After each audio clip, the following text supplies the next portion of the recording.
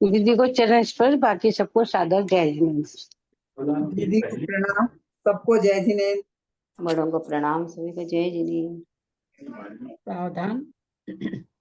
ओकारं बिंदु संयुक्तं नित्यं ध्यायन्ति योगिनः कामदं मोक्षदं चैव ओंकाराय नमो नमः।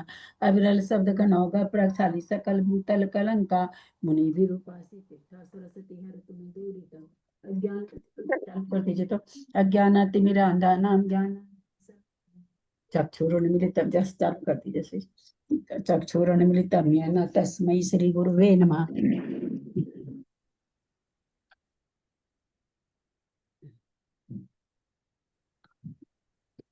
श्री परम गुरुवे नमः। परंपराचार्य गुरुभ्यो नमः। सकल कलुष विध्वंसकं श्रेषां परिवर्धकं धर्म संबंधकं भव्य जीवन प्रतिबोधकारकं पुण्य प्रकाशं पापनाशं इदं शास्त्रं श्री आदि पुराण ग्रंथराज नामधेयं श्री नामधेयस्य मूल ग्रंथ कर्तारः श्री सर्वज्ञ देवास्तुत्र ग्रंथ कर्तारः श्री गंधर देवः प्रतिगंधर देवः तेषां वचनसारताम् आसाद्य श्रीमत् जिनसेनाचार्येण विरचितमिदं शास्त्रं श्रोतारः सावधानतया शृण्वन्तु। मंगलम भगवान वीरो मंगलम गौतमो गणि मंगलम कुंद कुंदादेव जैन धर्मोस्तु मंगलम सर्वमंगल मंगल्यम सर्वकल्याणकारकम प्रधानम सर्वधर्मानां जैनम जयतु शासनम जैनम जयतु शासनम जैनम जयतु शासनम। सरस्वती नमस्तुभ्यं वरदे कामरूपिणी विद्यारंभं करिष्यामि सिद्धिर्भवतु मे सदा। वासं जिन्वानी माता की जय। परम मांगलिक रस गोमठ आदि पुराण ग्रंथराज की जय। जिनसेन आचार्य की जय। पन्नालाल जी साहित्यकार की जय। अढ़ाई दीप पे विराजमान सभी आचार्य उपाध्याय सर्व साधु के चरणों में नमोस्तु नमोस्तु नमोस्तु। सभी आरिका माता जी के चरणों में बद्दामी बद्दामी बद्दामी। सभी छुल्लक छुल्लिका एलक के चरणों में इच्छामी इच्छामी इच्छामी। सभी प्रतिमाधारी के चरणों में वंदना वंदना वंदना। ग्रुप में विराजमान सभी पूज्य जनों का सादर चरण स्पर्श। सभी प्रतिमाधारी को वंदना, सभी से सादर जय जिनेन्द्र। सभी को सादर जय जिनेन्द्र और आदरणीय दीदी को प्रणाम। प्रणाम आंटी, सभी बड़ों को सादर जय जिनेन्द्र। पेज नंबर 152 सातवें अध्याय का 159 से पढ़ रहे हैं। नहीं, वह ग्रंथ का आदिनाथ भगवान का आदिनाथ पुराण का हम लोग का उपयोग बहुत भटकता रहता है, चाहे कोई क्लास में देख लो, उपयोग नहीं ठहरता हम लोग का। बहुत विडंबना है ये। श्रीमते सकल ज्ञान साम्राज्य पद्मीभूषे धर्म चक्र वृते भर्त्रे नमः संसार विमुसे। बोलो आदिनाथ भगवान की जय। सॉरी दीदी, मैंने बीच में बोल दिया, ध्यान नहीं दिया। वही तो ध्यान की बात तो कह रहे हैं ना कि हम लोग का उपयोग कितना। नहीं, आप रुके तो हमने सोचा हो गया। हाँ, क्या कह रहे हैं? शुरू करूं? हाँ हाँ। प्रणाम दीदी। पेज नंबर 152 और आदिनाथ पुराण का 7वां पर्व और गाथा नंबर 159। पहले पंडिता रानी श्रीमती का जो चित्र लेके गई थी मंदिर में, वो उसका वर्णन जो लेके आई चित्र पंडिता, उसका आगे वृतांत बता रहे पंडिता श्रीमती को कि उस चित्रपट को उसने बड़ी देर तक गौर से देखा। देखकर उसे अपने मनोरथ पूर्ण होने का विश्वास हो गया और उसने सुख की सांस ली। पंडिता ने श्रीमती के सामने जो चित्रपट दिया तो उसको देखकर उसको संतोष हुआ और चैन की सांस लिया उसने कि मेरा मनोरथ पूर्ण होने जा रहा है। जिस प्रकार चिरकाल से संतप्त हुई चातकी मेघ का आगमन देखकर हर्षित होती है, जिस प्रकार हंसी शरद ऋतु में किनारे की निकली हुई जमीन देखकर प्रसन्न होती है। चातकी मेघ का आगमन। चातकी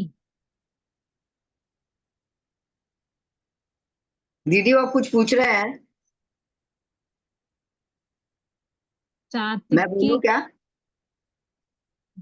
चातकी एक पक्षी है जो मेघ का, जब मेघ बादल गरजते हैं तो उसको बहुत खुशी होती है, बादल गरजते हैं बरसते हैं हाँ। तब उसको। अच्छा ठीक।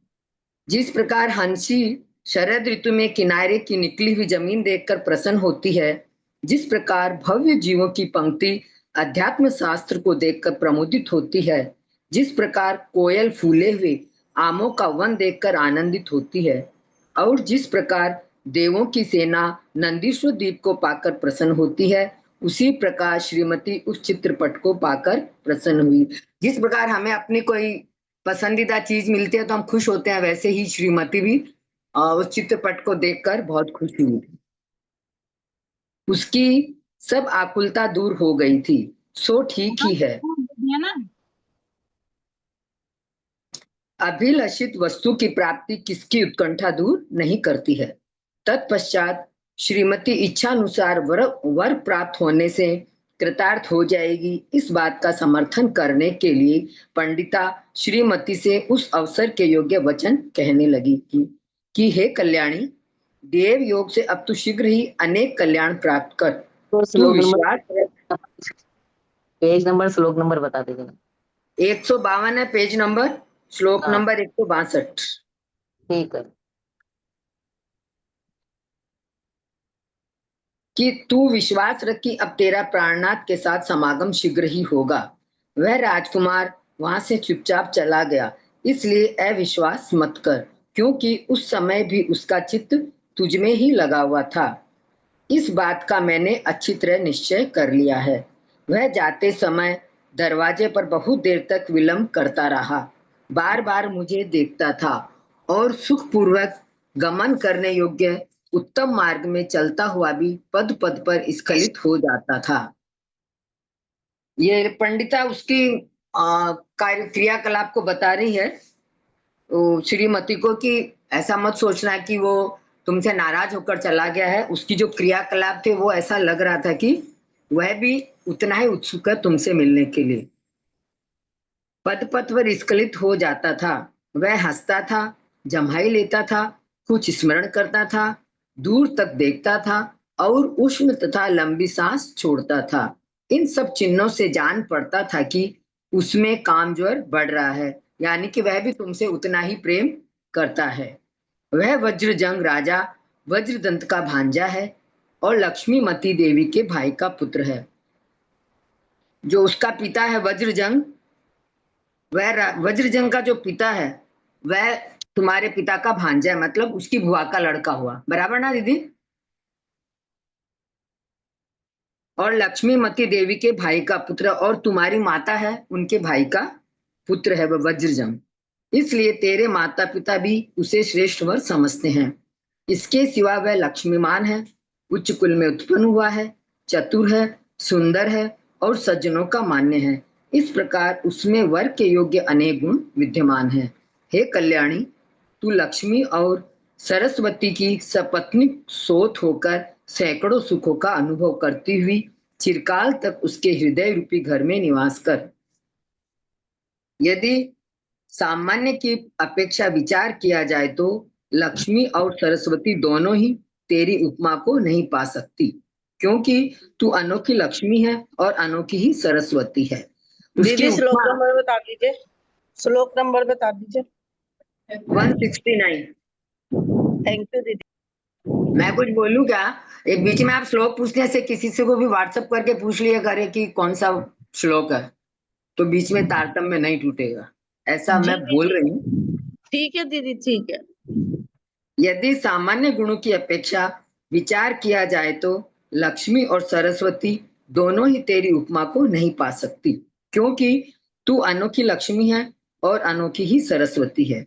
उसके जिसके पत्ते फटे हुए हैं, जो सदा संकुचित होता रहता है और जो पराग रूपी धूलि से सहित है, ऐसे कमल रूपी झोपड़ी में जिस लक्ष्मी का जन्म हुआ है उसे लक्ष्मी नहीं कह सकते, वह तो अलक्ष्मी है, दरिद्रा है। भला तुम्हें उसकी कैसे। हाँ बोलिए। जिसके पत्ते फटे हुए हैं, माने जिसके पत्ते, माने यहाँ पर क्या चीज है? जिसके पत्ते फटे हुए हैं, जो सदा संकुचित संकीर्ण होता और रहता है। दीदी ये पूछ रहे हैं, पुष्पा दीदी कुछ आप बताइए। हाँ तो क्या है, बोलिए। मैं तो लैपटॉप खोल लेती हूँ तो ग्रंथ मेरे सामने फिर नहीं रहता है। जिसके पत्ते फटे हुए हैं, अरे खाली जो इतने से थोड़ी पता चलेगा, इसका पीछे का भी हाँ, पढ़कर पढ़ना। लक्ष्मी और हाँ। लक्ष्मी और सरस्वती की उपमा दी है उसने हम्म। श्रीमती से, तो उसने कहा कि लक्ष्मी के पत्ते, लक्ष्मी की उपमा दी कि इधर गया, लक्ष्मी जो अलक्ष्मी अनोखी है तो लक्ष्मी है, अनोखी सरस्वती है, जिसके पत्ते फटे हुए हैं, जो सदा संकुचित होता रहता है, और जो पराग रूपी धूलि से, पराग रूपी माने पराग रूपी धूलि से सहित है, माने जिसके पत्ते फटे हुए, मतलब जब पढ़ रहे थे तब पूछना चाहिए ना, अभी अब समरी हो रही है, 15-20 पन्ने हैं। इस बुरा टाइम मत हम नहीं मानना, थे पर घर ये में, हम बाहर गए हुए थे, इसीलिए पूछ रहे हैं। हमको ग्रंथ खोले बिना नहीं समझ में आएगा अब इस तरह से, ग्रंथ सामने। मैंने और 171 का सब, है। हाँ नहीं वो ठीक है ना। असल में समरी होती है ना, तो मैं लैपटॉप में खोल लेती हूँ, क्योंकि मेरे को पढ़ना तो रहता, पढ़ लेती हूँ मैं ये पहले तो। थोड़ा सा वो इसमें खोल लेती हूँ, तो इसमें अब ऐसे बोलने से नहीं समझ में आ रहा है कुछ। तो यदि वापस बोल रही हूँ, यदि सामान्य सामान्य गुणों की बराबरी की अपेक्षा विचार किया जाए, तो लक्ष्मी और सरस्वती दोनों ही तेरी उपमा को नहीं पा सकती, क्योंकि तू अनोखी लक्ष्मी है और अनोखी ही सरस्वती है, जिसके पत्ते फटे हुए हैं, जो सदा संकुचित होता रहता है, और जो पराग रूपी धूलि से सहित है। ऐसे कमल रूपी झोंपड़ी में जिस लक्ष्मी का जन्म हुआ है, उसे लक्ष्मी नहीं कह सकते, मैं तो अलक्ष्मी है, हाँ हाँ दरिद्र। हाँ, ठीक है। असल में लक्ष्मी का जन्म कमल कमल से मानते हैं, तो कमल के पत्ते से खिल के फट जाते हैं, पराग रूपी धूल उसमें आती रहती। जितने भी पुष्प होते हैं उसमें पराग पाया जाता है ना, उसी से मधुमक्खी में पराग जो माने शहद बन, हाँ बता रहे हैं, जो मधुमक्खी में शहद बनता है ना, वो मधुमक्खी का जो घोंसला में शहद बनता है, वो पराग, उसमें से पराग मतलब एक प्रकार का उसका रस कहिए, फूल का, फूल के रस को पराग कहते हैं। वो ले जाके वो जमा करती, उसी से शहद बनता है। तो वो कह रहे हैं कि वो तो वैसे चूसे हुए पराग का और फटे हुए पराग, मतलब खिल गया कमल तो ऐसे, कमल जब ऐसे खिला तो पत्ते फट गए ना चारों बगल, तो कहते उस पर अच्छा, लक्ष्मी तो जन्म लेती है। तो तू तो अनोखी लक्ष्मी और अनोखी सरस्वती है। वो लक्ष्मी सरस्वती कैसी है कि फटे हुए कमल पर उत्पन्न होती है, ऐसा कह रहे हैं। अच्छा। इसी प्रकार उच्छिष्ट तथा चंचल जिह्वा के अग्रभाग रूपी पल्लव पर जिसका जन्म हुआ है, वह सरस्वती भी नीच कुल में उत्पन्न होने के कारण तेरी उपमा को प्राप्त नहीं हो सकती। सरस्वती है वो भी सरस्वती का पल्लव, जन्म क्या? पल्लव पर उत्पन्न हुई है, तो अब कहाँ ये स्कूल में हुई है, तो बोला वो भी तेरी तो बराबरी नहीं कर सकती है। पल्लव पर मतलब वनस्पति पर है ना, पल्लव पर दिखाते हैं उसका भी, सरस्वती की भी पैदाइश ऐसे पल्लव पर दिखाते, पल्लव मतलब पत्ता होता है। तो बोला तू कहाँ और वो सरस्वती और लक्ष्मी कहाँ, ऐसा बोल रहे हैं यहाँ पर। क्योंकि तेरा कुल अतिशय शुद्ध है, उत्तम कुल में तू उत्पन्न हुई है। हे लतांगी, जिस प्रकार पवित्र मान सरोवर में राजहंसी क्रीड़ा किया करती है, उसी प्रकार तू भी ललितांग के पवित्र और एकांत मन में अनेक वर्षों तक क्रीड़ा कर। विधाता तुम दोनों का योग्य समागम कर कृतकृत्य पने को प्राप्त हो, क्योंकि यदि वह ऐसा नहीं करता, अर्थात तुम दोनों का समागम नहीं करता, तो लोक निंदा से कैसे छूटता। इसलिए हे भद्रे, धैर्य धर, तेरा पति शीघ्र ही आएगा। देख, तेरे पति के आगमन में तेरे पति के आगमन के लिए सारा नगर कैसा अतिशय कौतुकपूर्ण हो रहा है। वो श्रीमती को सांत्वना दे रही है कि जल्दी तुम्हारा अपने पति से समागम हो जाएगा, उसी का वृत्तांत है। इस तरह पंडिता ने वज्रजंग संबंधी अनेक मनोहर बातें कहकर श्रीमती को सुखी किया, परंतु वह उसकी प्राप्ति के विषय में अब तक भी निराकुल नहीं हुई। अभी तक उसको मतलब संतुष्टि नहीं हुई कि ये बात जो बोल रही है वह सत्य है क्या।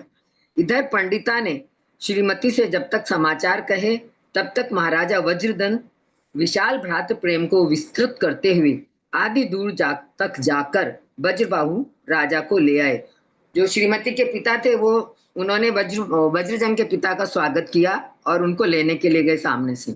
राजा वज्रदंत अपने बहन और भांजे को देखकर परम प्रीति को प्राप्त हुए।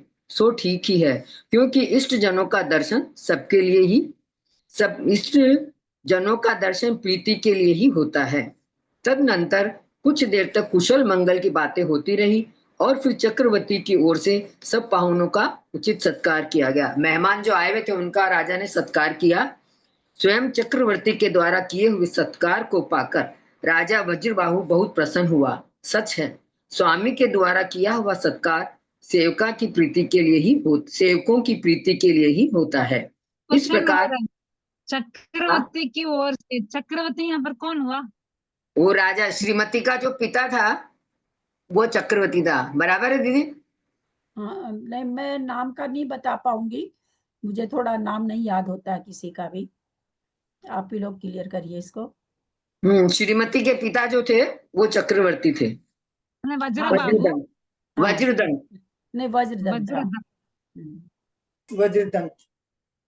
अच्छा, स्वयं चक्रवर्ती के इस प्रकार जब सब बंधु संतोष सुख से बैठे हुए थे, तब चक्रवर्ती ने अपनी बहनों राजा वज्रबाहु से नीचे लिखे हुए वचन कहे।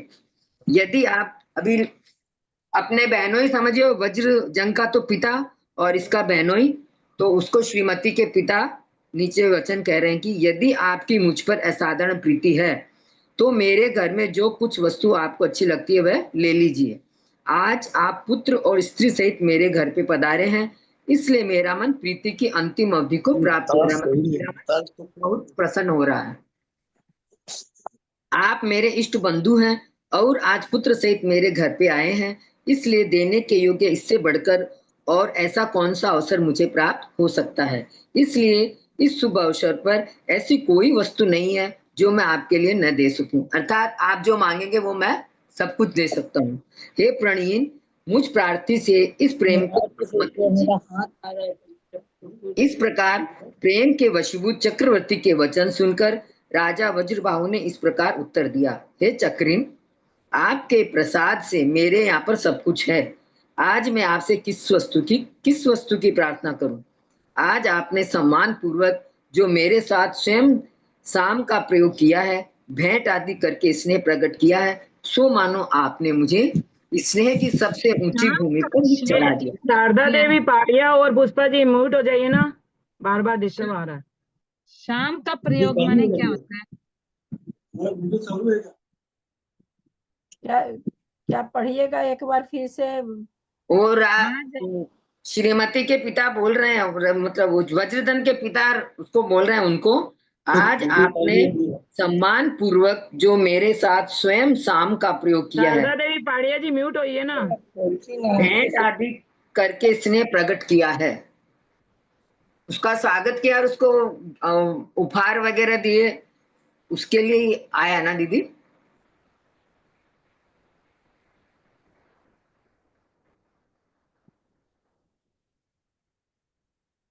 मैंने भाई बराबर का है ना, आपने बराबर का वो दिया मुझे दर्जा। अच्छा, सो मानो आप दीदी आप म्यूट हो, दीदी आप म्यूट हो।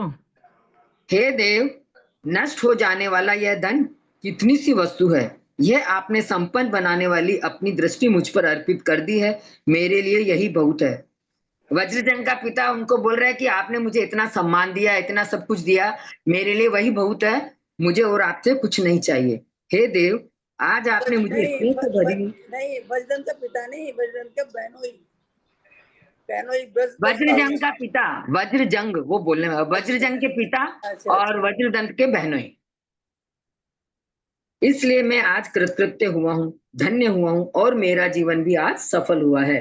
हे देव, जिस प्रकार लोक में शास्त्रों की रचना करने वाले तथा प्रसिद्ध हाथों से बने हुए जीव अजीव आदि शब्द परोपकार करने के लिए ही अर्थों को धारण करते हैं, उसी प्रकार आप जैसे उत्तम पुरुष भी परोपकार के लिए ही अर्थों को धारण करते हैं। मतलब आपके पास जो धन संपदा है वो लोगों के परोपकार के लिए ही आप प्रयोग में लाते हैं।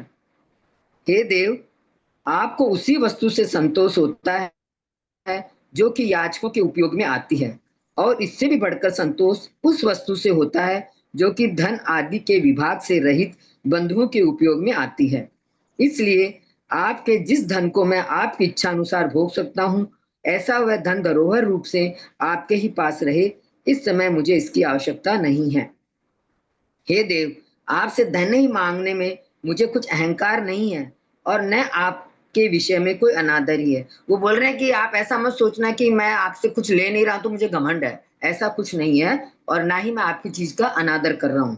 हे देव, यद्यपि मुझे किसी भी वस्तु की आवश्यकता नहीं है, तथापि आपकी आज्ञा को पूज्य मानता हुआ आपसे प्रार्थना करता हूं कि आप अपनी श्रीमती नाम की उत्तम कन्या मेरे पुत्र वज्रजंग के लिए दे दीजिए।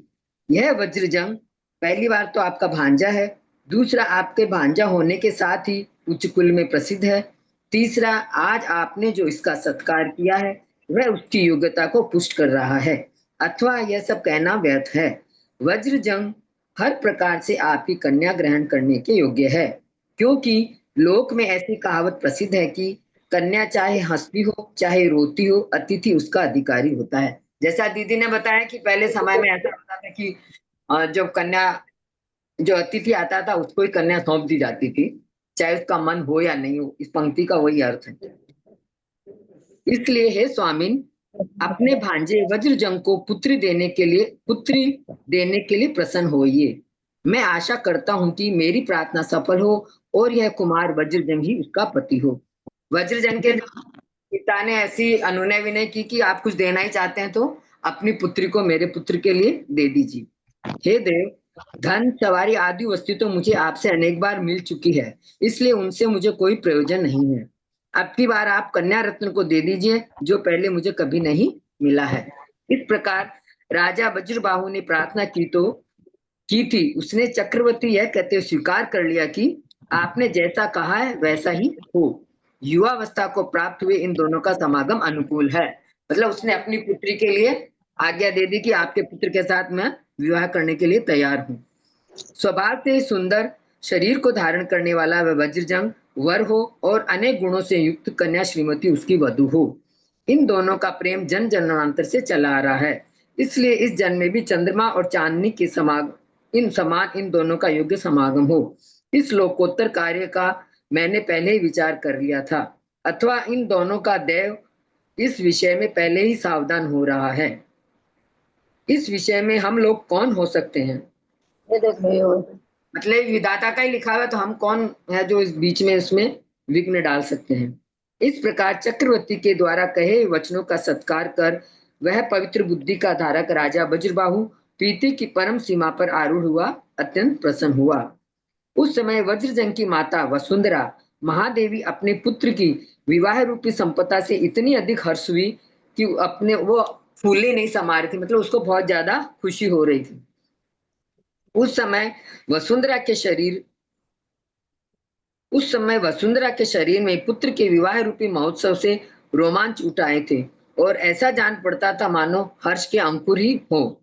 मंत्री, महामंत्री, सेनापति, पुरोहित, सामंत और आदि जितने भी नगरवासी थे, सब लोगों ने उसके विवाह की प्रशंसा की। यह कुमार वज्रजंग कामदेव, अभी जो वज्रजंग है उसके सौंदर्य का उसके मतलब युवावस्था के सौंदर्य का वर्णन कर रहे हैं कि यह कुमार वज्रजंग कामदेव के समान सुंदर आकृति का धारक है और यह श्रीमती अपनी सौंदर्य संपत्ति से रति को जीतना चाहती है।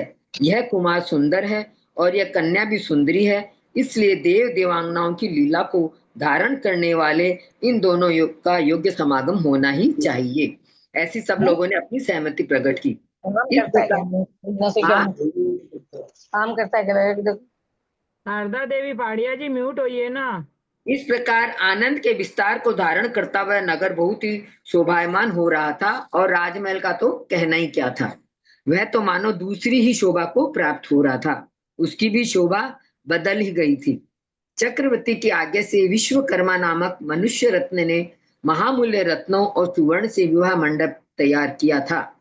उस विवाह मंडप में सुवर्ण, अब विवाह मंडप जो उनकी शादी के लिए रचा था उसका सुंदरता का वर्णन कर रहे हैं कि उस विवाह मंडप में सोने के खंभे लगे हुए थे, उसके नीचे रत्नों से शोभायमान बड़े बड़े घड़े लगे हुए थे।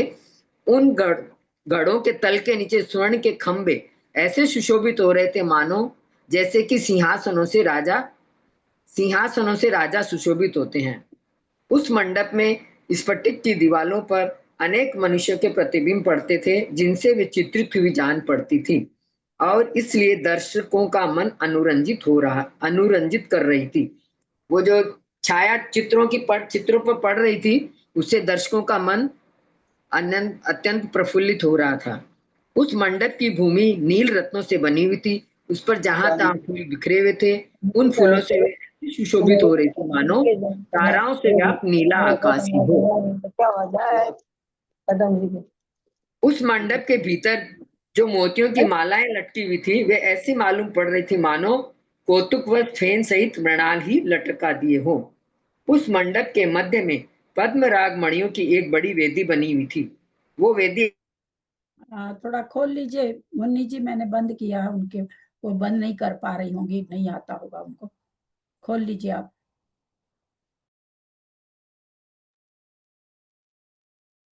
उस मंडप के मध्य में पद्मराग मणियों की एक बड़ी वेदी बनी थी, जो ऐसी जान पड़ती थी मानो मनुष्य के हृदय का अनुराग ही उस वेदी के आकार में परिणित हो गया हो।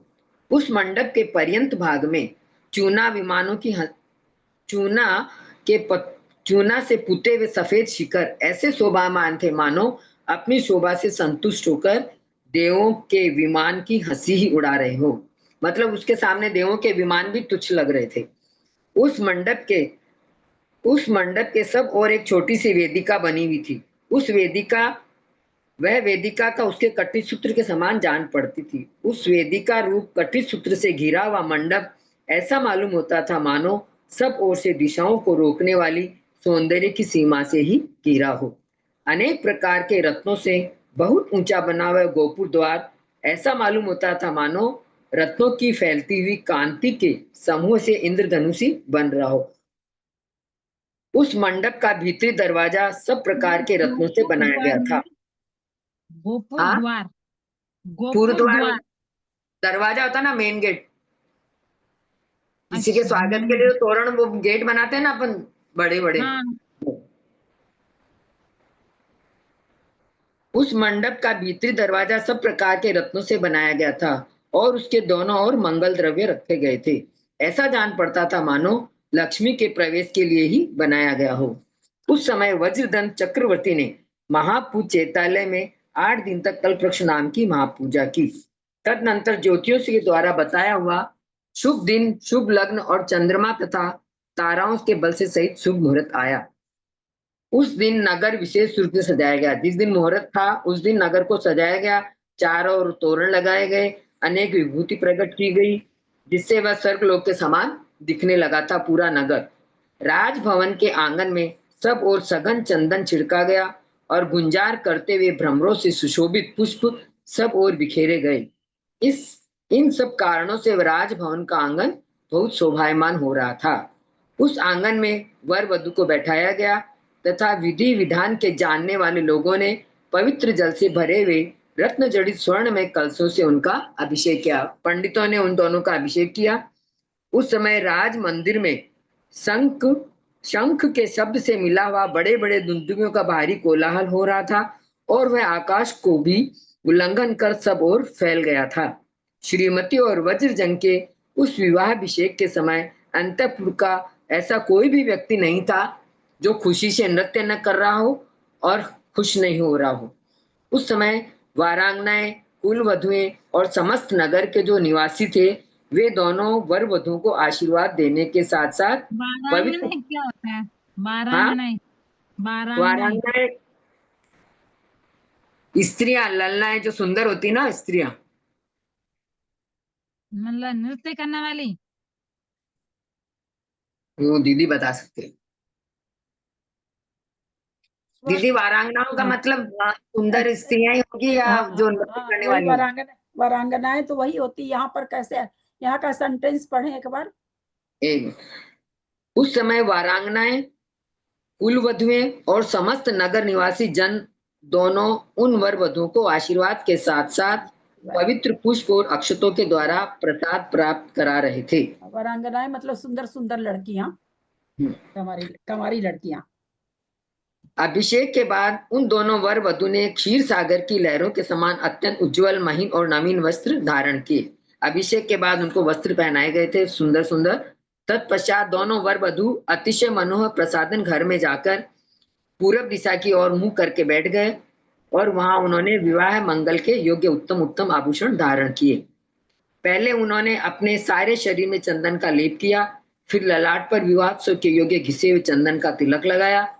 तत्पश्चात सफेद चंदन तथा केसर से शोभायमान वक्षस्थल पर गोल नक्षत्र माला के समान सुशोभित बड़े बड़े मोतियों के बने हुए हार धारण किए।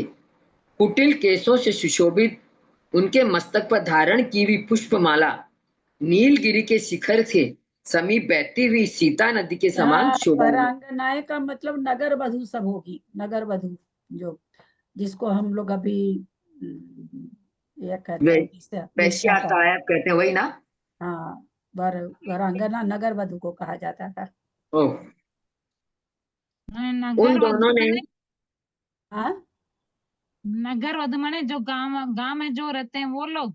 नगर वधु का मतलब पूरे नगर की जो वधु हो। हाँ, एक अपना घर की वधु, एक मतलब आसपास पड़ोस वाली जो समाज में जो है वो। नहीं नहीं, एक वधु के कई पति, वैसे वधु सारा नगर उसका पति हो नगर वधु। अच्छा, उन दोनों ने कानों में ऐसे कर्णभूषण धारण किए थे जिनमें लगे हुए रत्नों की किरणों से उनका मुख कमल उत्कृष्ट शोभा को प्राप्त हो रहा था। वे दोनों शरद ऋतु की चांदनी तथा मृणाल तंतु के समान सुशोभित सफेद घुटनों तक लटकी हुई पुष्पमालाओं से अतिशय शोभायमान हो रहे थे। कड़े बाजूबंद, केयर और अंगूठी आदि आभूषण धारण करने से उन दोनों की भुजाएं भूषणांग जाति के कल्प वृक्ष की शाखाओं की तरह अतिशय सुशोभित हो रही थी। उन दोनों ने अपने अपने नितंब भाग पर करधनी पहनी थी। उसमें लगी हुई छोटी छोटी घंटियां मधुर शब्द कर रही थी। उन करधनियों से ऐसे शोभायमान हो रहे थे मानो उन्होंने कामदेव रूपी हस्ती के विजय सूचक बाजे ही धारण कर लिए हो। श्रीमती के दोनों चरण मणिमय नुपुरों के झंकार से ऐसे मालूम होते थे मानो भ्रमरों के मधुर शब्दों से शोभायमान कमल ही हो। विवाह के समय आभूषण धारण करना चाहिए। केवल इसी पद्धति को पूर्ण करने के लिए उन्होंने बड़े बड़े आभूषण धारण किए थे, नहीं तो उनके सुंदर शरीर की शोभा ही उनका आभूषण थी। मतलब आभूषणों से भी सुंदर थे, उनकी जो शोभा थी वो उनसे भी सुंदर। ऐसा अभी भी देखने को मिल जाता है कभी कभी। अब तो हम लोग तो बाहर ही नहीं है, मतलब कोई कोई बिना आभूषण के ज्यादा सुंदर लगती है और आभूषण से उसकी सुंदरता थोड़ी मर जाती है। ऐसी ऐसी अभी भी लड़कियां देखने को मिलती है। साक्षात लक्ष्मी के समान लक्ष्मीमती ने स्वयं अपनी पुत्री श्रीमती को अलंकृत किया था और साक्षात वसुंधरा के समान वसुंधरा ने अपने पुत्र वज्रजम को आभूषण पहनाए थे। इस प्रकार अलंकार धारण करने के बाद वे दोनों, जिसकी मांगलिक क्रिया पहले ही की जा चुकी थी, ऐसी रत्न वेदी पर यथायोग्य रीति से बैठाए गए। दोनों को तैयार करके विवाह की वेदी पर बैठाया गया। मणिमय दीपकों के प्रकाश से जगमगाती हुई और मंगल द्रव्य से सुशोभित हुआ वेदी उन दोनों के बैठ जाने से ऐसी शोभायमान हो रही थी मानो देव देवियों से सहित मेरु पर्वत का तट ही हो। उस समय समुद्र के समान गंभीर शब्द करते हुए डंडों से बजाए गए नगाड़े बड़ा ही मधुर शब्द कर रहे थे। वारांगनाएं मधुर मंगल गीत गा रही थी और बंदीजन मागध जनों के साथ मिलकर चारों ओर उत्साहवर्धक मंगल पाठ कर रहे थे, जिनकी भुएं कुछ कुछ ऊपर को उठी हुई है। ऐसी वारांगनाएं लय ताल आदि से सुशोभित तथा रुनझुन शब्द करते हुए नुपुर और मेखलाओं के से मनोहर नृत्य कर रही थी। वो तदनंतर जिनके मस्तक सिद्ध प्रतिमा के जल से पवित्र किए गए थे, ऐसे वर वधु अतिशय शोभा को धारण करते हुए स्वर्ण के पाटे पर बैठाए गए। उन दोनों को सोने के पाटे पर बैठाया गया। घुटनों तक लंबी भुजाओं के धारक चक्रवर्ती ने स्वयं अपने हाथों से भ्रंगार धारण किया। ये भ्रंगार धारण किया मतलब दीदी, उनको चौकी पे बैठाया। उसके बाद राजा चक्रवर्ती ने स्वयं अपने हाथों में भ्रंगार धारण किया। वो नहीं, दान देने की वो जब वरांग, ये उसको कहते हैं घंटी को, कलश को। अच्छा, हाँ, गाड़ी हाँ को बोलते बराबर है। आगे उसका वर्णन है, वह भृंगार स्वर्ण से बना था, मतलब जो बर्तन था वो सोने का था, बड़े बड़े रत्नों से खचित था तथा मोतियों से अति से उज्जवल था। जैसे अपने इधर सिवाला करते हैं, वही है क्या दीदी? हाँ हाँ हाँ, वही चीज है। मुख पर रखे हुए अशोक वृक्ष के,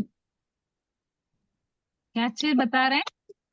जैसे अपने शादी में नहीं करते, दूल्हा आता है तो वो सिवाला करते हैं ना, लड़की का बाप मटके में वो मटका कलसा लेके आता है, फिर उनको देता है। सामेला, हम लोगों में करते हैं हमारे यहाँ, आपका पता है। सामेला, सामेला बोलते हैं, सामेला।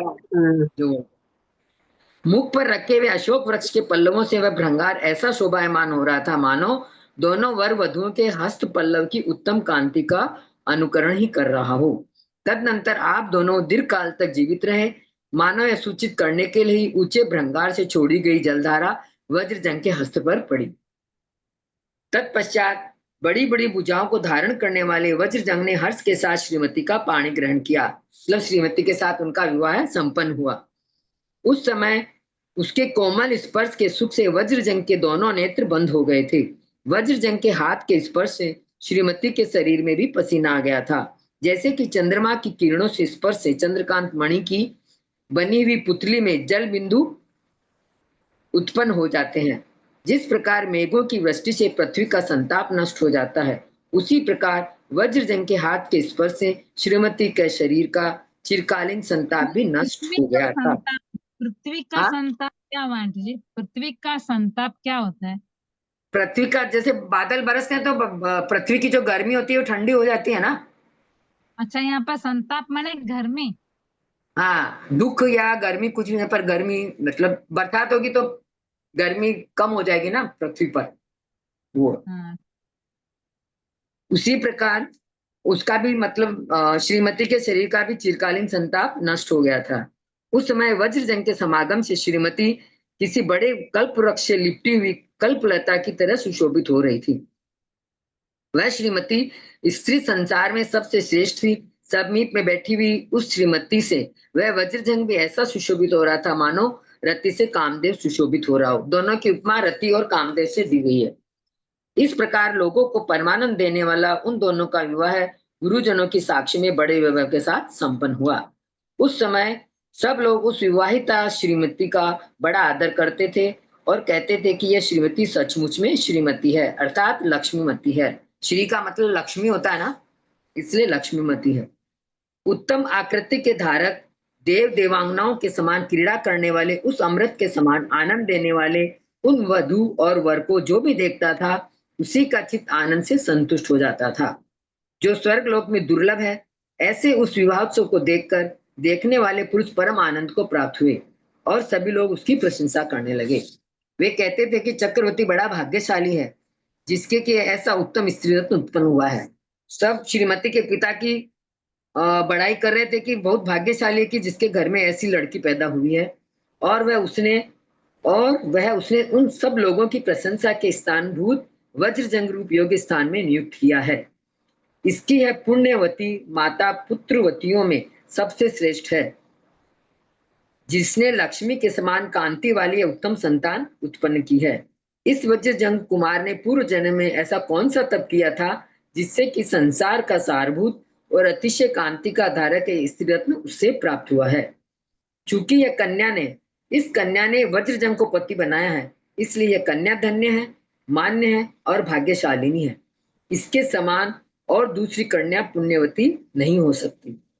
पूर्व जन्म में इन दोनों ने न जाने कौन सा उपवास किया था।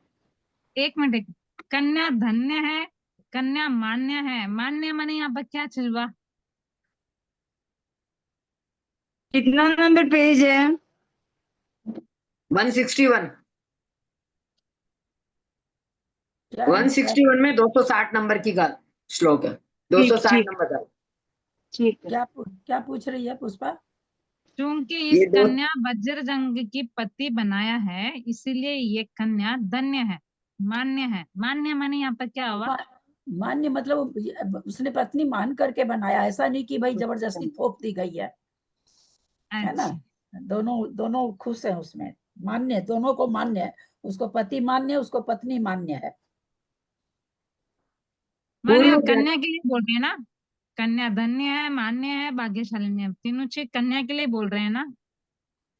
हाँ, पूर्व जन्म में उन्होंने ऐसा कौन सा दान किया, तप किया, और कौन सी पूजा की और कौन से व्रत का पालन किया था कि इनको ऐसे, पति और पत्नी इन दोनों ने क्या किया था कि इनको ऐसा मिला। अहो धर्म का बड़ा महात्म्य है। तपश्चरण से उत्तम सामग्री प्राप्त होती है, दान देने से बड़े बड़े फल प्राप्त होते हैं, और दया रूपी बेल पर उत्तम उत्तम फल फलते हैं। अवश्य ही इन दोनों ने पूर्व जन्म में महापूज्य अरहंत देव की उत्कृष्ट पूजा मेरा की आवाज होगी, बंद कर दे। क्योंकि पूज्य पुरुषों की पूजा अवश्य ही संपदाओं को परंपरा से प्राप्त कराती रहती है। इसलिए जो पुरुष अनेक कल्याण, धन, रिद्धि तथा विपुल सुख चाहते हैं, उन्हें स्वर्ग आदि का महाफल देने वाले श्री अरहंत देव के कहे हुए मार्ग में ही अपनी बुद्धि लगानी चाहिए। जिनको ये सब संपदाएं और सुख ऐश्वर्य प्राप्त करना हो, उनको जिनेंद्र भगवान के कहे हुए मार्ग पर चलना नहीं है और उन्हीं का ध्यान लगाना चाहिए, ऐसा इसमें कहा गया है। इस प्रकार दर्शक लोगों के वार्तालाप से प्रशंसनीय वे दोनों वर वधू अपने इष्ट बंधुओं से परिवारित हो सभा मंडप में सुख से बैठे थे। उस विवाहोत्सव में दरिद्र लोगों ने अपनी दरिद्रता छोड़ दी थी, कृपण लोगों ने अपनी कृपणता छोड़ दी थी, और अनाथ लोग सनातता को प्राप्त हो गए थे। मतलब जो दरिद्र थे उनको धन मिला, जो कंजूस थे उन्होंने खुले हाथ से धन बांटा। हाँ, कृपण लोगों ने अपनी कृपणता छोड़ दी। कृपण का मतलब कंजूस, जो कंजूस थे, पैसा नहीं खर्च करते थे, उन लोगों ने भी मुक्त हस्त से दान दिया, और अनाथ लोग सनातता को प्राप्त हो गए थे। चक्रवर्ती ने इस महोत्सव में दान, मान, संभाषण आदि के द्वारा अपने समस्त बंधुओं का सम्मान किया, दासी दास और भृत्यों को भी संतुष्ट किया। उस समय घर घर बड़ा संतोष हुआ था, घर घर में पताकाएं फहराई गई, और हर घर में वर के विषय में ही बात हो रही थी, और घर घर में वधु की प्रशंसा हो रही थी। मतलब सब लोग अपने घर में वर वधु की ही बातें कर रहे थे। उस समय प्रत्येक दिन बड़ा संतोष पताका माने क्या होता है? फ्लैग, जो झंडा बोलते हैं वो हाँ, पताका। प्रत्येक दिन धर्म में भक्ति होती थी, और प्रत्येक दिन इंद्र जैसी विभूति से वर वधु का सत्कार किया जाता था। तत्पश्चात दूसरे दिन अपना धार्मिक उत्साह प्रकट करने के लिए उद्युक्त हुआ वज्रजंग सायकाल के समय अनेक दीपकों का प्रकाश कर महापूज चेतालय को गया। शादी होने के बाद दूसरे दिन वज्रजंग चेतालय में गया दर्शन करने के लिए। अतिशय कांति का धारक वज्रजंग आगे आगे था, और श्रीमती जो उसकी धर्मपत्नी बन गई थी, वो उसके पीछे पीछे थी। जैसे कि अंधकार को नष्ट करने वाले सूर्य के पीछे पीछे उसकी देदीप्यमान प्रभा जाती है, वह वज्रजंग पूजा की बड़ी भारी सामग्री साथ लेकर जिन मंदिर पहुंचा। वह मंदिर मेरू पर्वत के समान ऊंचा था, क्योंकि उसके शिखर भी बहुत ऊंचे थे। श्रीमती के साथ साथ चेतालय की प्रदक्षिणा देता वज्रजंग ऐसा शोभायमान हो रहा था, जैसे कि महाकांति से युक्त सूर्य मेरू पर्वत की प्रदक्षिणा देता हुआ शोभायमान होता है। प्रदक्षिणा के बाद उसने वीर्यापद शुद्धि की, अर्थात मार्ग में चलते समय होने वाली शारीरिक अशुद्धता को दूर किया, तथा प्रमादवश होने वाली जीव हिंसा को दूर करने के लिए प्रायश्चित आदि किया। मतलब मार्ग में देख के चल रहा था, वीर्यापद मतलब 4 कदम आगे देख के चल रहा था। अनंतर अनेक विभूतियों को धारण करने वाले जिन मंदिर के भीतर प्रवेश कर वहां महातपस्वी मुनियों के दर्शन किए, उनकी वंदना की, फिर गंध कुटी के मध्य में विराजमान जिनेंद्र देव की सुवर्णमय प्रतिमा के अभिषेक किया, चंदन आदि द्रव्य से पूजा। हाँ, जैसे प्रदक्षिणा देने के बाद वीर्यापद शुद्धि की, अर्थात मार्ग चलते हुए होने शरीर की अशुद्धता दूर की। माने इसका मतलब क्या हुआ? मतलब प्रदक्षिणा देने के बाद पांव हाथ धोए हैं क्या? नहीं, पानी जब चल रहा था प्रतिमा परिक्रमा दी, तो उनके पैरों से अगर कुछ भी दोष लगा, कोई जान मतलब चींटी वगैरह, तो उसके लिए उन्होंने प्रायश्चित किया। अच्छा, मैंने इसमें अशुद्धता को दूर किया। अच्छा, तथा प्रमादवश, ठीक है, दोनों जॉइंट में है, ठीक है। पूजा करने के बाद उस महाबुद्धिमान वज्रजंग ने स्तुति करने योग्य जिनेंद्र देव को साक्षात कर उत्तम अर्थों से भरे हुए स्तोत्रों से उनकी स्तुति करना प्रारंभ किया। हे देव, आप कर्म रूपी शत्रुओं को जीतने वालों में सर्वश्रेष्ठ है। अभी वो भगवान की स्तुति कर रहे हैं कि हे देव, आप शत्रु को जीतने वालों में सर्वश्रेष्ठ हैं, और मानसिक व्यथाओं से रहित हैं, इसलिए आपको नमस्कार है। हे ईश, आज मैं कर्म रूपी शत्रु का नाश करने की इच्छा से आपकी आराधना करता हूँ। हे देव, आपके अनंत गुणों की स्तुति स्वयं गंधर्व देव भी नहीं कर सकते, तथापि मैं भक्तिवश आपकी स्तुति प्रारंभ करता हूँ, क्योंकि भक्ति ही कल्याण करने वाली है। प्रभु की भक्ति करने से ही व्यक्ति का कल्याण होगा। हे प्रभु, आपका भक्त सदा सुखी रहता है। लक्ष्मी भी आपके भक्त पुरुष के समीप ही आती है। आप में अत्यंत स्थिर भक्ति स्वर्गादि के भोग प्रदान करती है और अंत में मोक्ष भी प्राप्त कराती है। आपकी भक्ति से ही भक्त को यह सब कुछ प्राप्त होता है। इसलिए ही भव्य जीव शुद्ध मन वचन काय से आपकी स्तुति करते हैं। हे देव, फल चाहने वाले जो पुरुष आपकी सेवा करते हैं, उनके लिए आप स्पष्ट रूप से कल्पवृक्ष समान आचरण करते हैं। जिस प्रकार कल्पवृक्ष जो भी मांगो वो मिल जाता है, वैसे ही भगवान से आप भक्ति करते हैं तो जो भी उनको चाहता है वो मिल जाता है, अर्थात मन वांछित फल को प्राप्त होता है। हे प्रभु, आपने धर्मोपदेश रूपी वर्षा करके दुष्कर्म रूपी संताप से अत्यंत प्यास से संसारी जीव रूपी चातकों को नवीन मेघ के समान आनंदित किया है। हे देव, जिस प्रकार कार्य की सिद्धि चाहने वाले पुरुष सूर्य के द्वारा प्रकाशित हुए मार्ग की सेवा करते हैं, उसी मार्ग से आते जाते हैं, उसी प्रकार आत्महित चाहने वाले पुरुष आपके द्वारा दिखलाए हुए मोक्ष मार्ग की सेवा करते हैं।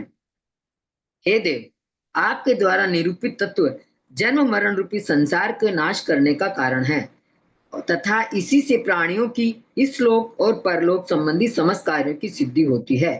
हे प्रभु, आपने लक्ष्मी के सर्व स्वभूत तथा उत्कृष्ट वैभव से युक्त साम्राज्य को छोड़कर भी इच्छा से सहित हो मुक्ति रूपी लक्ष्मी का वर्ण किया है। यह एक आश्चर्य की बात है। हे देव, आप दया रूपी लता से वेष्टित हैं, स्वर्ग आदि बड़े बड़े फल देने वाले हैं। यह सब भगवान के लिए बोल रहे हैं। वो अत्यंत उन्नत है, उदार है और मनवांछित पदार्थ प्रदान करने वाले हैं, इसलिए आप कल्पवृक्ष के समान हैं। हे देव, आपने कर्म रूपी बड़े बड़े शत्रुओं को नष्ट करने की इच्छा से तप रूपी धार से शोभायमान धर्म रूपी चक्र को बिना किसी घबराहट के अपने हाथ में धारण किया है। हे देव, कर्म रूपी शत्रुओं को जीतते समय आपने न तो अपनी भौहें चढ़ाई, न ही होठ चबाए, न मुख की शोभा नष्ट की और न अपना स्थान ही छोड़ा। मतलब जब उन्होंने तपस्या किया जो कर्म को नाश किया, उन्होंने कुछ भी मतलब दुख नहीं था, उनको कुछ भी क्लेश नहीं था, एकदम खुश मन से वो सब ये कर रहे थे। भगवान ने जब तपस्या करके ये सब प्राप्त किया उसका बता रहे। हे देव, आपने दयालु होकर भी मोह रूपी प्रबल शत्रु को नष्ट करने की इच्छा से अतिशय कठिन तपस्चरण रूपी कुठार पर अपना हाथ चलाया है, अर्थात उसे अपने हाथ में धारण किया है। हे देव, कुठार पर तलवार, अपना तलवार। हे देव, अज्ञान, दीदी बराबर बोला ना? मैं सुनी नहीं। इसने लिखा है आपने दयालु होकर भी मोह रूपी प्रबल शत्रु को नष्ट करने की इच्छा से अतिशय कठिन तपस्चरण रूपी कुठार पर अपना हाथ चलाया है। कुठार मतलब तलवार नहीं होता है ना ऐसे मारने का, वो लोहे का लगा रहता है। कुठार माने तलवार नहीं होता है। कुठार होता है भारी लोहा का लगा रहता है, उसमें डंडा लगा रहता है, उससे। अच्छा, अभी कुल्हाड़ी होता है क्या? कुल्हाड़ी ना, कुदाली नहीं, कुदाली से तो मट्टी उठाते हैं, कुदाली नहीं, कुठार नहीं, घात। कुल्हाड़ी। हाँ, कुल्हाड़ी कह रहे हैं, कुल्हाड़ी। हाँ, कुल्हाड़ी टाइप का समझिए, कुल्हाड़ी टाइप का ही। अर्थात उसे अपने हाथ में धारण किया है। एक हे और देव, क्वेश्चन है, हाँ बताती हूँ। यहाँ पर जो चातक वापस आया ना, चातकों को नवीन मेघ के समान आनंदित किया, वहां पर चातक की पक्षी मतलब बताए, हाँ, मतलब बरसने के पहले यहाँ पर चातक को नवीन मेघ के समान आनंदित किया है। ये क्या होगा? 282 में 281 ना, 281। हे 81 के प्रभु, बाद में। हाँ, हाँ, हे प्रभु, आपने धर्मोपदेश रूपी वर्षा करके दुष्कर्म रूपी संताप से अत्यंत प्यास से संसारी जीव रूपी, यहाँ जो संसारी जीव है उसको तो प्यासा बताया है चातक के समान। जैसे चातक बारिश होने से खुश होता है, उसकी प्यास बुझती है, वैसे ही और जीव को ये जो दुष्कर्म संताप से धर्म के उपदेश से प्यासे जो संसारी प्यासा है उसकी मतलब वो प्यास को बुझाया धर्म का उपदेश देकर।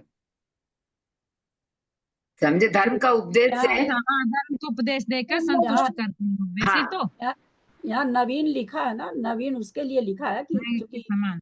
ये थे ना आदिनाथ भगवान, तो सबसे पहले दिव्य ध्वनि उन्हीं की खीरी है ना, उसके लिए हाँ, हाँ। उसी तरह चातक जब सबसे पहले वर्षा होती है तो बहुत खुश होता है, उसी तरह से सबसे पहले दिव्य ध्वनि भगवान की खीर थी, इसलिए नवीन शब्द आया है। ओके। ठीक। हे देव, अज्ञान रूपी जल के सींचने से उत्पन्न हुई और अनेक दुख रूपी फल को देने वाली संसार रूपी लता आपके द्वारा वर्धित होने पर भी, बढ़ाए जाने पर भी बढ़ती नहीं है। यह भारी आश्चर्य की बात है। पक्ष में वर्धित होने पर, वर्धित का मतलब बढ़ने पर, वर्धित का मतलब बढ़ना। ठीक। भावार्थ संस्कृत में वृद्धु धातु का प्रयोग छेदना और बढ़ाना इन दोनों अर्थों में होता है। श्लोक में आए हुए वर्धिता शब्द का जब बढ़ाना अर्थ में प्रयोग किया जाता है तब विरोध होता है, और जब छेदन अर्थ में किया जाता है तब उसका परिहार हो जाता है। हे भगवान, आपके चरण कमल के प्रसन्न होने पर लक्ष्मी प्रसन्न हो जाती है और उनके विमुख होने पर लक्ष्मी भी विमुख हो जाती है। हे देव, आपकी यह मध्य श्रुति ऐसी ही विलक्षण है, ऐसी ही विलक्षण है। हे जिनेन्द्र, यद्यपि आप अन्यत्र नहीं पाए जाने वाली प्रातिहार्य रूपी विभूति को धारण करते हैं, तथापि संसार में परम वीतराग कहलाते हैं। यह बड़े आश्चर्य की बात है। शीतल छाया से युक्त तथा आश्रय लेने वाले अन्य भव्य जीवों के शोक को दूर करता हुआ यह आपका अतिशय उत्पन्न अशोक वृक्ष बहुत ही शोभायमान हो रहा है। हे जिनेन्द्र, जिस प्रकार फूले हुए कल्प वृक्ष मेरु पर्वत के सब तरफ पुष्पवृष्टि करते हैं, उसी प्रकार ये देवलोग भी आपके सब ओर आकाश से पुष्पवृष्टि कर रहे हैं। हे देव, समस्त भाषा रूपी परिणत होने वाली आपकी दिव्य ध्वनि उन जीवों के भी मन का अंधकार दूर कर देती है जो मनुष्यों की भांति स्पष्ट वचन नहीं बोल पाते हैं। हे जिन आपके दोनों तरफ डुराए जाने वाले चंद्रमा की किरणों के समान उज्जवल दोनों चमर ऐसे शोभायमान हो रहे हैं मानो ऊपर से पड़ते हुए पानी के झरने ही हो। हे जिनराज, मेरु पर्वत के शिखर के साथ ईर्ष्या करने वाला और सुवर्ण का बना हुआ आपका यह सिंहासन बड़ा ही भला मालूम होता है। हे देव, सूर्य मंडल के साथ विदेश करने वाला तथा जगत के अंधकार को दूर करने वाला और सब और फैलता हुआ आपका यह भामंडल आपके शरीर को अलंकृत कर रहा है। इधर चमर, भामंडल, इन सब की उपमा दी गई है। हे देव, आकाश में जो अच्छा अच्छा वर्णन लिखा हुआ है, इतना अपना अच्छा वर्णन कर पाते हैं भगवान के सामने जाते हैं तब। बजरंग ने इतना पूरा अष्ट वर्णन प्राप्ति किया, का भगवान पूरा के वर्णन है। दर्शन किए हैं इस हिसाब से। थोड़ा सा चक्रवर्ती है, इसमें से अपन वो भी लेना, चक्रवर्ती है। कैसे दर्शन करेंगे ऐसे थोड़ा सा लेना इसमें से। ऐसा करना चाहिए अपनों को भी, है ना, एकदम याद रखना चाहिए, मतलब लर्न ऐसे करना भाव चाहिए। भी आने चाहिए ना, ऐसे भाव होने चाहिए। तो लर्न करके रखेंगे तब ना आप मतलब भाव से बोल पाओगे लर्न अच्छा करने से। की जरूरत नहीं है, अंतर से निकलना चाहिए, अंतरंग से निकलना आएगा, चाहिए। आप एक बार पढ़ के देखोगे ना आपको मतलब अंदर से भाव आएगा। शब्द निकल जाएंगे, जब भाव अंदर अच्छे आएंगे तो अपने आप शब्द निकल जाएंगे। समझेंगे तब ना भाव आएगा, नहीं समझेंगे तो कैसे आएगा।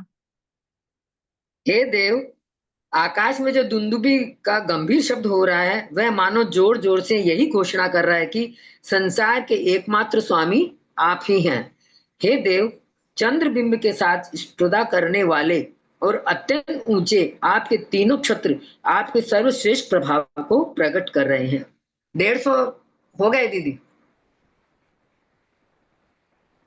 318 पूरा ही है, 318 पूरा है।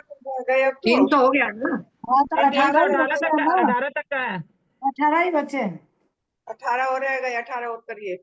अच्छा, शादी करके गया ऐसे दर्शन किए उसने। इतना सब कोई हम लोग एक साथ बोलने लग जाते हैं, मेरे बोलने की तो जगह ही नहीं रहती है, ना मैं पढ़ती हूँ ना कुछ करती हूँ, चुपचाप बुत जैसे बैठी रहती हूँ।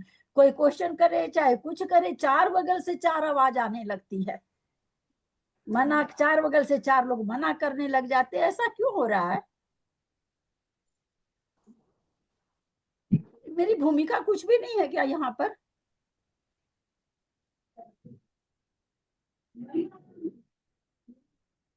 और फिर एक लोग बोले तो ठीक है, सब लोग बोलना चालू कर देते हैं एक साथ। सही बात है, तो गुरु का अपमान है।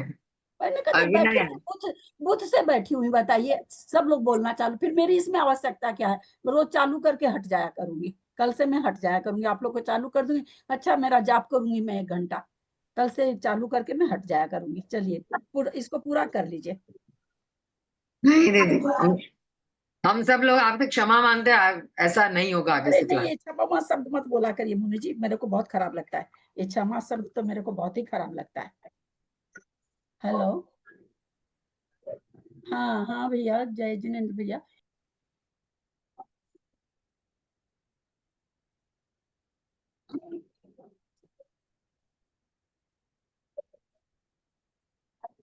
हे जिन ऊपर कहे हुए आपके इन 8 प्रात्याहारों का समूह है, ऐसा शोभायमान हो रहा है मानो एक जगह इकट्ठे हुए तीनों लोक के सर्वसिद्ध पदार्थों का सारी हो। हे देव, यह प्रातिहार्यों का समूह आपकी वैराग्य रूपी संपत्ति को रोकने के लिए समर्थ नहीं है, क्योंकि यह भक्तिवश देवों के द्वारा रचा गया है। हे जिनदेव, आपके चरणों के स्मरण मात्र से हाथी, सिंह, दावानल, सर्प, भील, विषम, समुद्र, रोग और बंधन आदि सब उपद्रव शांत हो जाते हैं। जिसके गंडस्थल से झरते हुए मद रूपी जल के द्वारा दुर्दिन प्रकट किया जा रहा है तथा जो आघात करने के लिए उद्यत है, ऐसे हाथी को पुरुष आपके स्वर्ण मात्र से ही जीत लेते हैं। बड़े बड़े हाथियों के गंडस्थल भेदन करने से जिसके नख अतिशय कठिन हो गए हैं, ऐसा सिंह भी। यहाँ पर बताया है जिनदेव, आपके चरणों के स्मरण मात्र से, चरणों के स्मरण आएगा कि स्पर्श मात्र से आएगा?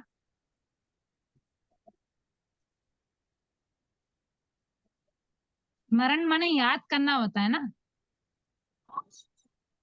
तो प्रतिमा को देख के स्मरण करते हैं, ऐसे ही तो होता है। मतलब साक्षात प्रतिमा नहीं है तो उनका मूर्ति का। जो भी प्रश्न पूछे ना, वो दीदी को संबोधित करके पूछे, ताकि दूसरा कोई भी नहीं बोलेगा बीच। आप डायरेक्ट दीदी से बोले, दीदी इसका मतलब क्या होगा, तो दीदी अपने आप देखिए, बाकी कोई नहीं बोलेगा। आंटी जी, एक क्वेश्चन है आंटी जी।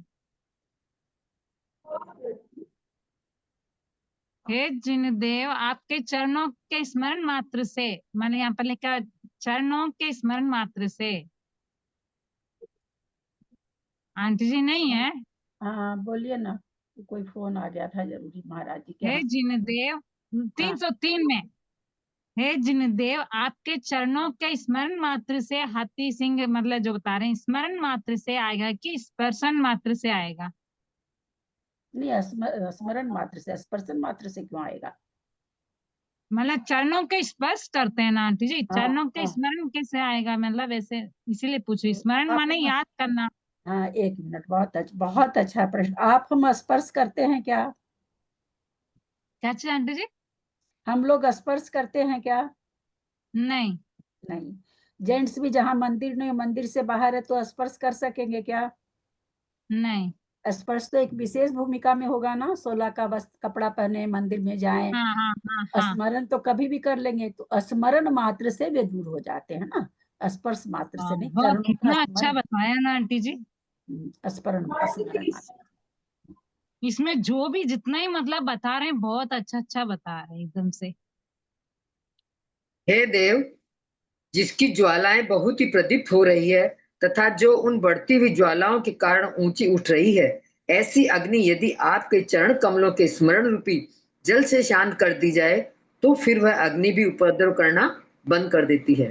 क्रोध से जिसका फण ऊपर उठा हुआ है और जो भयंकर विष उगल रहा है, ऐसा सर्प भी आपके चरण रूपी औषध के स्मरण से शीघ्र ही विष रहित हो जाता है।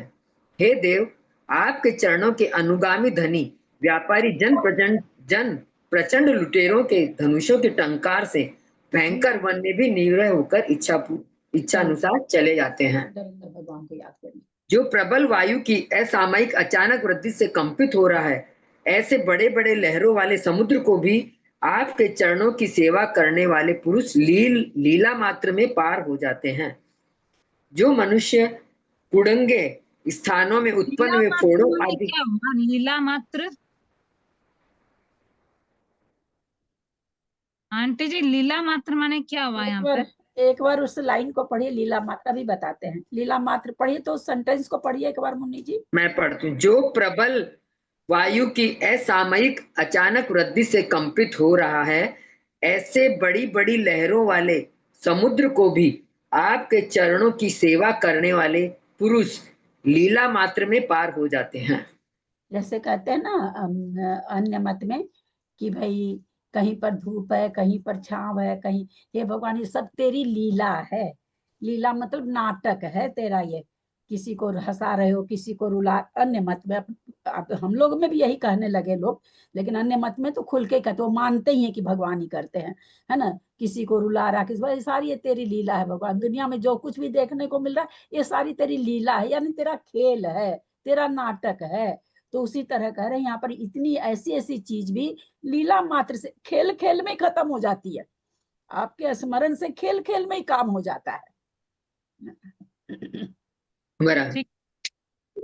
जो मनुष्य कुड़ंगे स्थानों में उत्पन्न हुए फोड़ों आदि के बड़े बड़े घावों से रोगी हो रहे हैं, वे भी आपके चरण रूपी औषध का स्मरण करने मात्र से शीघ्र ही निरोगी हो जाते हैं।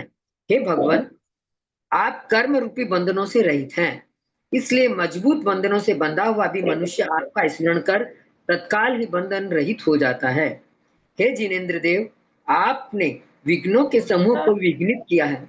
कौन हुआ था बंधन रहित? कड़े कड़े बंधन से बंधे हुए उन्हें पर भी मानतुंगाचार्य मानतुंगाचार्य आदिनाथ भगवान का स्मरण करने से, है ना, तालों से जड़े हुए थे, बेड़ियों से जड़े हुए थे, सो सारी टूट गई थी। हे जिनेंद्र देव, आपने विघ्नों के समूह को भी विघ्नित किया है, उन्हें नष्ट किया है। इसलिए अपने विघ्नों के समूह को नष्ट करने के लिए मैं भक्ति पूर्वक हृदय से आपकी उपासना करता हूँ। हे देव, एकमात्र आप ही तीनों लोकों को प्रकाशित करने वाली ज्योति हैं। आप ही समस्त जगत के एकमात्र स्वामी हैं। आप ही समस्त संसार के एकमात्र बंधु हैं और आप ही समस्त लोक के एकमात्र गुरु हैं। आप ही संपूर्ण विद्याओं के आदि स्थान हैं। पर क्या लिए? एकमात्र बंधु माने मित्र?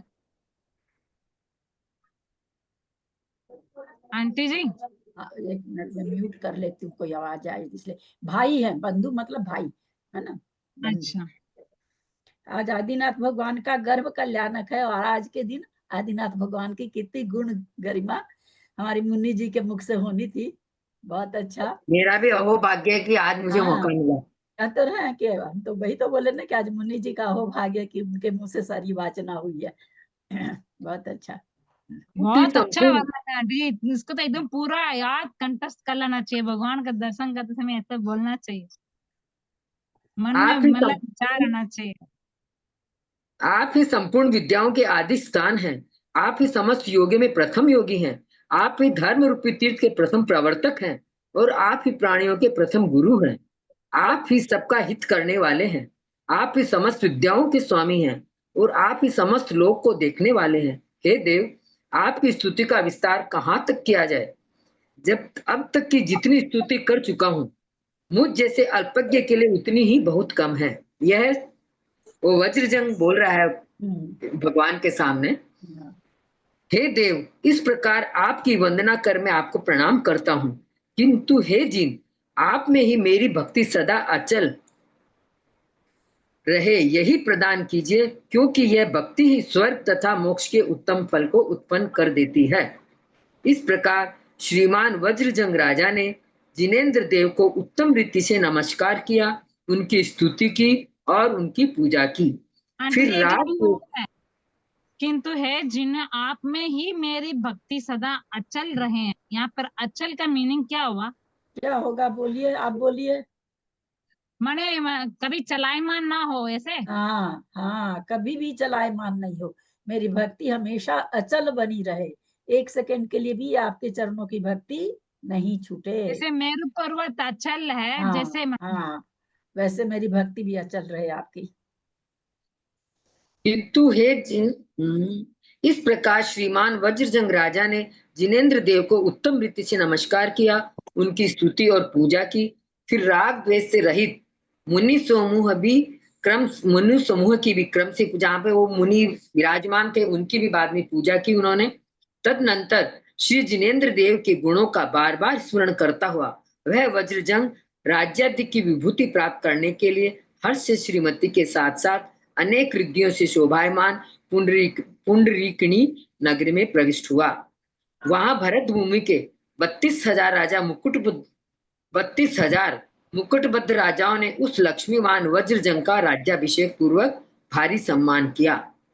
इस प्रकार जिनेंद्र देव की पूजा करते हुए हजारों राजाओं के द्वारा बार बार प्राप्त हुई कल्याण परंपरा का अनुभव करते हुए और श्रीमती के साथ उत्तमोत्तम भोग भोगते हुए वज्रजंग ने दीर्घ काल तक उसी पुंडरीकणी नगर में निवास किया था।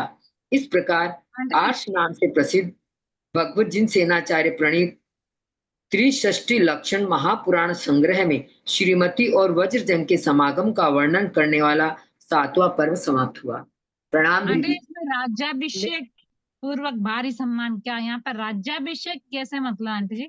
का राज्याभिषेक किया गया है ना, शादी होने के माने बाद। जल से जो अभिषेक करते हैं वो राज्याभिषेक? नहीं, राज्य पर बैठाना। राज्याभिषेक यहाँ पर जल वाला नहीं होना चाहिए। राज्याभिषेक करते हैं ना मुकुट उकुट पहना करके, फिर आरती भी करते हैं क्या आंटी जी? और यहाँ राज्याभिषेक का मतलब जल भी निकलता हो तो मुझे पता नहीं है, कल खोलूंगी, कल जब तब देखूंगी। 32,000 मतलब मुकुटबद्ध राजाओं ने। हाँ, तब फिर वही है, मुकुट राज्याभिषेक किया, राज्य पर बैठाया। दीदी एक शंका थी। हाँ, ये जैसे वज्रजंग चक्रवर्ती का वर्ण, मतलब वो भगवान का गुणगान कर रहे हैं, लेकिन वज्रजंग चक्रवर्ती तो खुद ही आदिनाथ भगवान के पूर्व भव का मतलब जीव था, तो आदिनाथ भगवान तो अभी बने ही नहीं है, मतलब तो ये उनके गुणों का वर्णन कैसे कर रहे हैं, उनके भगवान का वर्णन कैसे कर रहे हैं? इसमें मतलब वही, अब वो ये थोड़ी सोच रहे हैं कि मैं आदिनाथ भगवान बनूंगा, बस वो भगवान का गुणगान कर वो अपना समझा पिछला भाव ही तो बता रहे हैं ना। हाँ, पिछला भाव तो आ रहा है ना सारा। हाँ, सारे पिछले भाव आ रहे हैं ना। दीदी प्रश्न पूछो। हाँ, 1 मिनट जेठी भाई साहब, कल आप वो आ जाएगा मैसेज, कल आपको करना है समरी या जो भी कहिए, और फिर उसके दूसरे दिन सरिता जी जैन चेन्नई करेंगी, है ना। तो कल जो आ जाएगा, राजेंद्र भाई साहब का मैसेज आ जाएगा कि कहाँ तक के श्लोक का करना है। आप दोनों को 2 दिन, 1 दिन कल आप कर लीजिए, परसों सरिता जी कर लेंगे। हाँ बोलिए मुन्नी जी। ये जो आदिनाथ का पूर्व होता है ये महाबल से चालू होता है क्या? महाबल, ललितांग, वज्रजंग, रिद्धिदारी। महाबल से चालू होता है। तो पहले महाबल, फिर ललितांग, फिर वज्रजंग, फिर रिद्धिदारी, श्रीधर, फिर सुविधि और फिर अच्युत सरकादेव। अभी तक इतना पढ़ा अपन, बराबर? जो भी मेरे को याद नहीं है। मुझे नाम याद ही नहीं होते कोई। दीदी वज्रजंग चक्रवर्ती थोड़ी थे। हाँ दीदी, वज्रजंग चक्रवर्ती थोड़ी थे, वज्रदंत उनके ससुर थे, वो चक्रवर्ती थे। वज्रजंग जो था जिससे शादी हुई थी श्रीमती की, वो चक्रवर्ती नहीं था, उनके ससुर जो थे वज्रदंत, वो चक्रवर्ती थे। हाँ, वज्रदंत चक्रवर्ती थे। हाँ, वज्रदंत चक्रवर्ती। हाँ, और वज्रदंत शायद कर रहे हैं मुन्नी जी, वज्रदंत कर रहे हैं। ये सारी जो अभी भगवान नहीं, ये वज्रजंग कर रहा है, वज्रजंग कर रहे हैं, वज्रजंग कर रहे हैं ना। नहीं, वज्रजंग स्तुति कर रहे हैं ना, लेकिन चक्रवर्ती तो नहीं है ना वो। नहीं, अभी इस भाव में चक्रवर्ती नहीं है वो। हाँ, चक्रवर्ती। ये शादी के बाद में जब मंदिर में गए ना दोनों, श्रीमती और वो वज्रजंग, तब उन्होंने भगवान को प्रणाम किया और उनकी स्तुति की। आंटी पहले भगवान तो मतलब आदिनाथ भगवान हुए ही नहीं, तो फिर भगवान कैसे मान रहे हैं? वही तो मैंने पूछा था। वो अपना पिछला भाव बता रहे हैं ना। मतलब दीदी आदिनाथ भगवान के पहले कोई भगवान थे नहीं क्या? कोई तो थे, होंगे ना भगवान तो? नहीं थे ना, वो थी ना, भोग भूमि थी ना। मेरा भी यही क्वेश्चन है, मेरा भी यही क्वेश्चन उमड़ रहा था कि पूछो, इन्होंने पूछ। थोड़ा सा नाम वगैरह याद वो होगा नहीं, वो सेटिंग होगी जरूर, लेकिन बस उसको ठीक से पढ़ें तब होगा। हाँ, मैं थोड़ा सा आगे पढ़ती हूँ तो पीछे, इसीलिए मैं ये पुराण वगैरह कम ही पढ़ती हूँ, आगे पढ़ती हूँ पीछे सारा भूल जाती हूँ मैं, मेरे से मैं बैठा ही नहीं पाती हूँ। वो अभिषेक दीदी, वो चैतालय में गए ना, तो चैतालय में भगवान की प्रतिमा थी, उन्हीं का वर्णन किया, तो भगवान हाँ। तो हाँ, तो भगवान का के- नाम तो नहीं दिया हुआ है दीदी, इसमें भगवान का नाम तो नहीं दिया हुआ है। जिनेंद्र देव की स्तुति की, अब कौन से की किसकी की वो नहीं बता। आदन भगवान से पहले तो पता नहीं कितनी 24वीं हो चुकी है ना, उससे पहले अभी तो बहुत 24वीं हो चुकी है। हाँ उससे पहले हाँ बहुत हो चुकी है। 24वीं तो हो चुकी है त्रिशला जी, 24वीं तो हो चुकी, ठीक बात है, लेकिन भोग भूमि में 24वीं पाई जाती है क्या? नहीं, भोग भूमि की बात नहीं कह रही हूँ, पर उससे ये पहले भोग भूमि है ना? होगा क्या आंटी जी? ये तो भोगी भूमि, एक मिनट, अभी तो आदिनाथ भगवान जन्मे ही नहीं है, वो भी भोग भूमि में जन्मेंगे, उसके पहले का चल रहा है ये। भाभी फिर भोग में तो चैताले भी नहीं होते, चैतालियों का वर्णन तो है। हाँ, चैताले भी नहीं होते, वही कर रहे हैं ना। हाँ, चैताले भी तो है। आप चैताले कृत्रिम भी नहीं चैताले है क्या आंटी जी? होते। वही कुछ देखना पड़ेगा, नहीं बता सकती मैं अभी, बहुत इसको ये करना पड़ेगा विदेश ध्यान से। क्षेत्र में तो कृत्रिम चैतालय तो है। अच्छा, ये कहाँ पर है? हो सकता है विदेश क्षेत्र में हो, ये भी हो। ये तो विदेश क्षेत्र के ही तो बता रहे हैं। हाँ, विदेश क्षेत्र की विदेश पुस्तक क्षेत्र का आया था यार है ना। वर्णन हाँ तो। हाँ हाँ, विदेश क्षेत्र का है तो वहाँ तो धर्म है ही क्षेत्र है। का यार है। हाँ, विदेश क्षेत्र का तो वहाँ तो धर्म है ही है, वहाँ तो हमेशा बना रहता है, तब वहाँ जिनेंद्र भगवान की स्तुति कर रहे हैं। तो बिल्कुल। वहाँ तो समोसन रहता ही है ना हमेशा, विदेश क्षेत्र में तो हमेशा समोसन रहता है ना। हाँ हाँ हाँ, विदेश क्षेत्र में तो हमेशा पुष्कावली, तीर्थंकर रहता है। हाँ, पुष्कावली नगरी, हाँ, पुष्कलावती क्षेत्र हाँ, का सब वही नाम तो आया होते था। हैं विदेश क्षेत्र। हाँ, बिल्कुल बिल्कुल विदेश क्षेत्र का है। तो वहाँ जिनेंद्र भगवान की पृथ्वी वो सब कुछ है उनकी। वो भी तीर्थंकर की तो तो होती है। विद्यमान तीर्थंकर होंगे फिर। विद्यमान विषय तो ऐसे भी होंगे, चैतालय तो है ही है ना, वहाँ तो खाली जैन धर्म है ना, विदेश क्षेत्र में और कोई धर्म नहीं है, केवल जैन धर्म है। आंटी जी, ये पूरा पर्व एकदम भगवान के मतलब गुणगान गा रहे हैं, स्तुति, मतलब बहुत अच्छा है। दीदी इसमें ये बोल सकते हैं ना, जैसे मतलब जिनेंद्र देव का कर रहे थे, आदिनाथ भगवान का नहीं होके जिनेंद्र देव का गुणगान कर रहे थे वो। हाँ, जिनेंद्र देव का कर रहे हैं, बिल्कुल जिनेंद्र देव का ही कर रहे हैं। चलिए, आप लोग का पेपर आ जाएगा। पेपर आ गया क्या? देते 8 ही बजे। दिवाली स्तुति में करूं? हाँ हाँ, बिल्कुल बिल्कुल।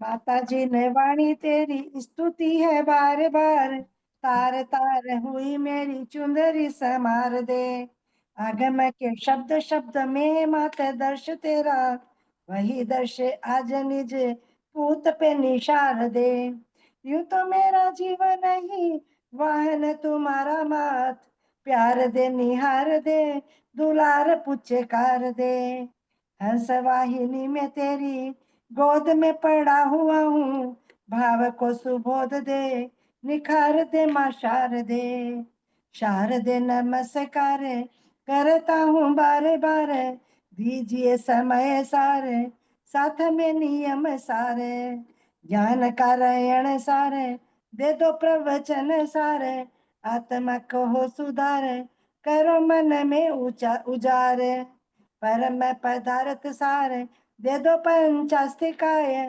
पाऊं में भी बोध ऐसा रक्षा करूं षट निकाय, ज्ञान निधि ऐसी पाऊं मन होवे निर्विकार, अमित नमस्कार करता हूँ बारे बारे, वागीश्वरी माता है तू वचन विधाता है तू, वचनों का वरदान एक बार दीजिए, बढ़े तो विराग ऐसा विषयों की वासना से, बुद्धि से विकारों का शमन कर दीजिए, बाह मेरी थाम ले बचा ले मुझे डूबने से, विकता के वन से निखार मुझे लीजिए, वचन अथाह रूप गए जो टूट फूट, अमित वचन का सुधार कर दीजिए, अमित वचन का सुधार कर दीजिए, बहुत सुंदर। ज्ञान से सुते लोका लोक, सोमानी मस्तक नमो सदा दे तो लोक,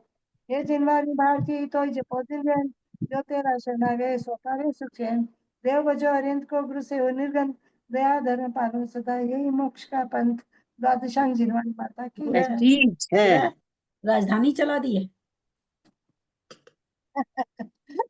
मुझे लगा पेपर आ गया तो देने वाला को जल्दी होगी। हाँ, आया नहीं पेपर अभी। आती है भूमिकाएं प्रथमानुयोग से, बनती है पात्रताएं करुणानुयोग से, पकती है भूमिकाएं चरुणानुयोग से, तब आत्मा झलकती द्रव्यानुयोग से। वाणी माता की जय। बड़ों को प्रणाम, सभी को जय जिनेन्द्र। प्रणाम दीदी, सबको जय जिनेन्द्र। ललिता दीदी को वंदना, अंजना जी को वंदना, सबको जय जिनेन्द्र। दीदी को चरण बाकी सबको सादर जय जिनेन्द्र। जय जिनेन्द्र। अंजना जी को वंदना, सबको प्रणाम, वंदना, सभी बड़ों को सादर चरण स्पर्श, सभी को सादर जय जिनेन्द्र। रीता को जय जिनेन्द्र। हैदराबाद में शादी हुई। ललिता जी हम सबको सादर प्रणाम, सभी बड़ों से सादर प्रणाम, सभी से जय जिनेन्द्र। सभी को सादर जय जिनेन्द्र। ललिता जी को प्रणाम, सब बड़ों को सादर और प्रणाम, सबको जय सबको जिनेन्द्र। जय जिनेन्द्र। मैं बोली अभी हैदराबाद में शादी हुई तो मतलब बच्चों में विशु सागर जी के मतलब ऐसे संस्कार डाले हुए हैं, तो शादी के दिन भी वो अभिषेक करके आया, पूजा की दोनों ने, लड़का लड़की दोनों ने, धर्म के मतलब रात को नहीं खाते हैं, आलू प्याज नहीं खाते हैं, सब त्याग किया हुआ हम लोग। वो तो अपने चंपाबाई बात की दो थी। किसकी बात बोल रहे हैं? दो थी है, हैदराबाद में शादी हुई, हैदराबाद ही रहते हैं। बच्चों में ऐसे संस्कार डाले हुए हैं मतलब महाराज जी के। विशु सागर जी रहते हैं वहाँ। अच्छा, तो मतलब रोज अभिषेक करते हैं, शादी के दिन भी अभिषेक किया, पूजा की उन लोगों ने, बच्चों ने।